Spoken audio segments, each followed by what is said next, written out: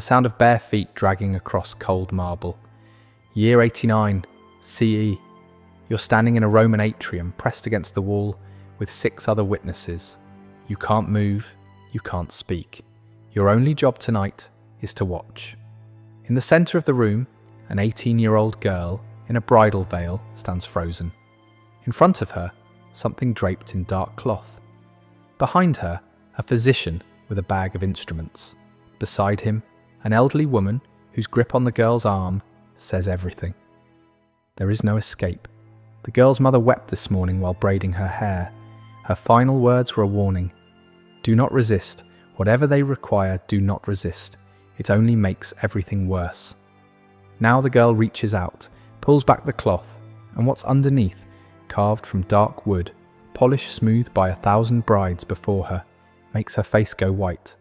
But here's what she doesn't know yet. The statue is just the beginning. After that comes the physician's examination. After that comes the witnessed consummation. After that comes the documentation that will mark her body as legally transferred property. Every Roman bride for 1,000 years went through this. Every Roman mother prepared her daughter with the same whispered warning. And when Christianity conquered Rome, they erased it so completely that no one today knows it ever happened. Stay with me, because what you're about to discover has been buried for 2,000 years, and by the end, you'll understand why. This is the truth about Roman wedding nights, and the ritual they tried to erase from history. If this story grips you, drop a like. It takes a second and helps us pull more voices out of the silence. Now let's go back to that atrium, back to the girl in the veil, back to the moment before everything changed. Her name was Flavia Tersa, 18 years old, daughter of a minor Roman official who had spent 3 years negotiating this marriage. The groom was Marcus Petronius Rufus, a grain merchant, 43 years old, wealthy enough to matter, connected enough to be useful. Flavia had met him exactly 3 times before this day. She didn't love him. Love wasn't the point. In Rome, marriage wasn't about love. It was contract law, property transfer, a merger of families documented and witnessed, like the sale of land or livestock, and Flavia was the property being transferred. The wedding procession that morning had been beautiful in its way. She wore the traditional flame-coloured veil, her hair arranged in 6 braids bound with wool ribbons, exactly as custom required. At the temple, priests sacrificed a sheep and examined its entrails. The omens were favourable. The gods approved. Her father signed the contracts using the ancient formula that made the union legally binding. Flavia spoke the ritual words that generations of brides had spoken before her. Ubi tu Gaius, ego Gaia. Where you are Gaius, I am Gaia. The phrase meant she was no longer herself. Her legal identity had been erased and rewritten in her husband's name. She belonged to him now, but the ceremony at the temple was just the beginning, the legal beginning. What waited at the end of the torchlit procession? In the house she had never entered, in the room where witnesses were already assembled, that was where the true transformation would occur. The crowds lining the streets sang songs as the procession passed. Not hymns, not blessings, obscene songs, explicit verses describing in graphic detail what would happen to Flavia that night. Young men shouted suggestions that made her face burn beneath the veil. Old women cackled and threw walnuts at her dress, a fertility blessing that felt like mockery. Her mother walked beside her, silent. Flavia had expected comfort, reassurance. Instead, her mother stared straight ahead, jaw tight, eyes empty. That morning, while arranging Flavia's hair, her mother had started crying. Not gentle tears, deep, shuddering sobs she tried to muffle with her hand. Flavia had asked what was wrong. Her mother's answer came in a whisper. Do not resist. Whatever they require of you tonight, do not resist.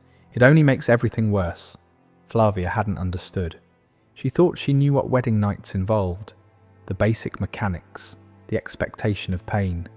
She had not prepared for what was actually waiting. The procession reached the house of Marcus Petronius Rufus as the last light disappeared from the sky. The doorway was decorated with wool and greenery, 2 torches marking this as a place where a marriage would be consummated according to law. Her husband stood waiting in the doorway. Behind him, Flavia could see figures moving in the lamplight. Too many figures, far too many for a private moment between bride and groom. Marcus lifted her over the threshold.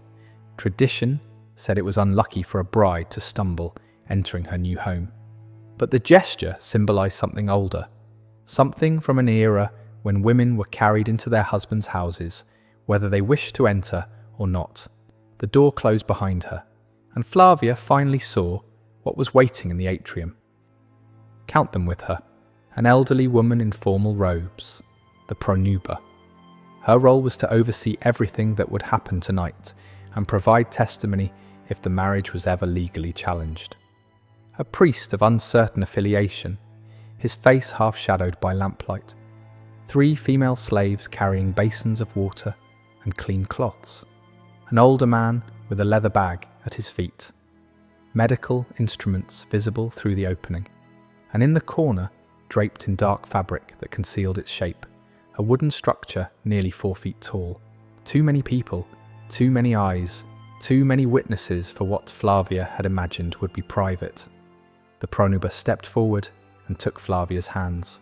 Her grip was firm, almost restraining, as though she expected Flavia to flee. "Welcome to your husband's home," the pronuba said. "The sacred rites must now be completed."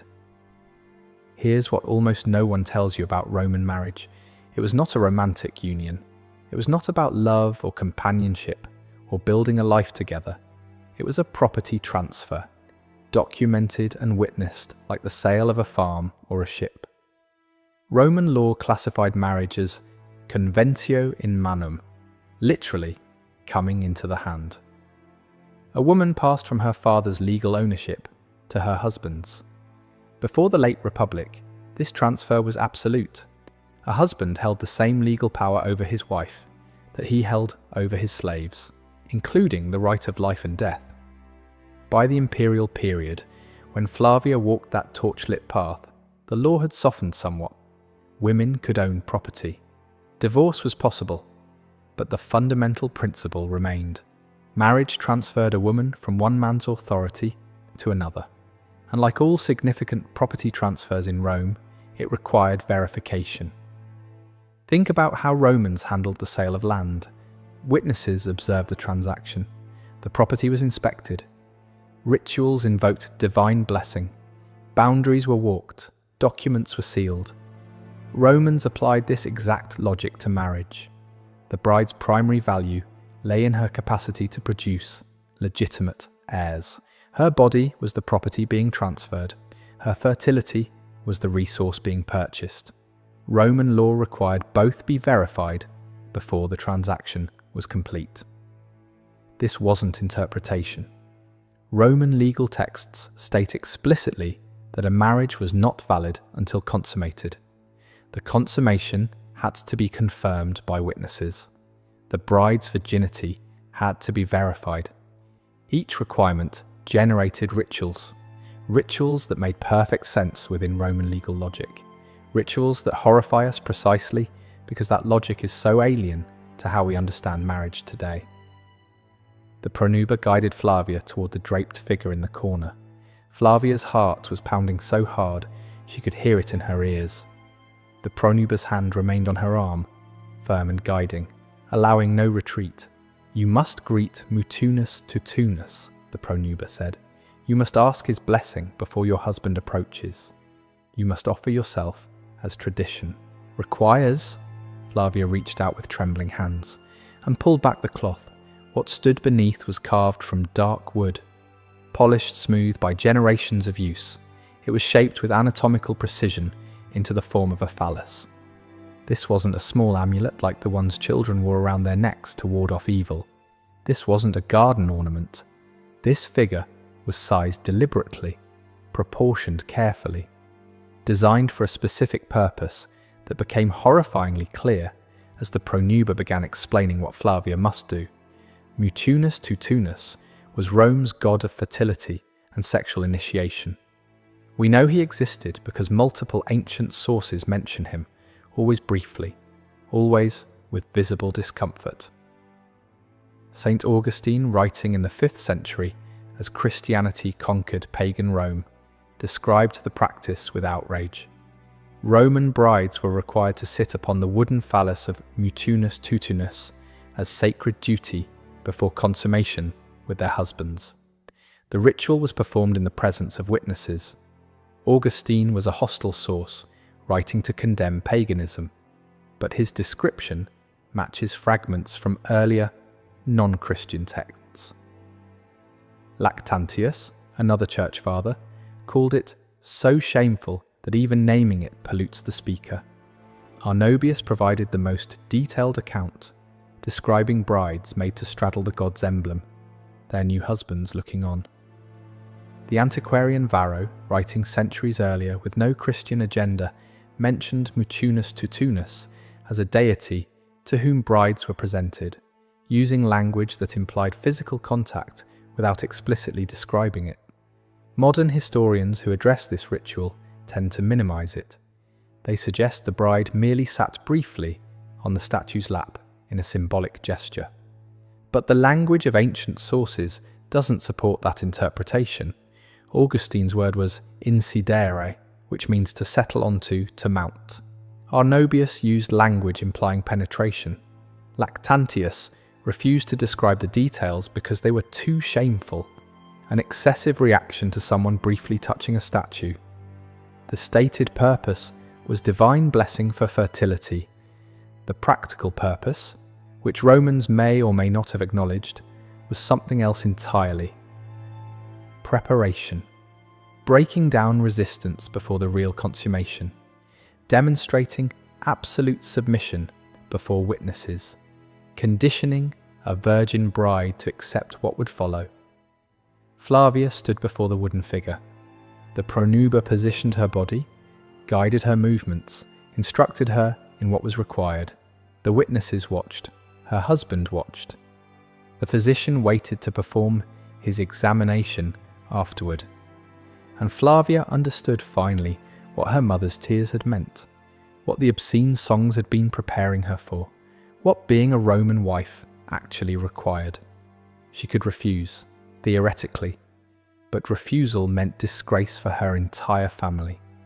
Nullification of the contracts, return to her father's house as damaged goods, no,